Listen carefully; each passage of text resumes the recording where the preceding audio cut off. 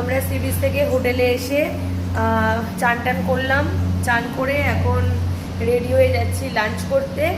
এই যে মা আসছে, এখন আমরা লাঞ্চ করতে যাচ্ছি। কোথায় যাবে আজকে? সপ্তপদীতে আজকে ইচ্ছা আছে সপ্তপদীতে খাওয়ার, তো আজকে যাচ্ছি তাই সপ্তপদীতে দেখি কি খাই। মা তো খুব একটা বাইরে এলে মানে মাছ খায় না, মাংস তো পছন্দ, মানে মাংস তো খাই না, আর মাছও খুব একটা পছন্দ করে না।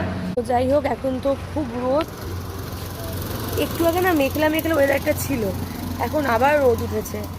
লাঞ্চে নিয়েছিলাম পনির কড়াইশুটির ডালনা, বাসন্তী পোলাও, আর ছিলাম গ্রিন স্যালাড, ছিল গরম গরম বেগুনি, আর তার সাথে নিয়েছিলাম ভাজা মশলা দিয়ে আলুর দম, আর ছিল চাটনি পাঁপড়।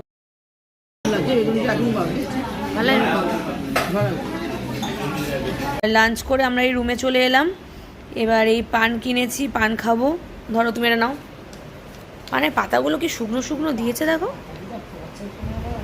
খেয়ে দেখো কেমন লাগছে।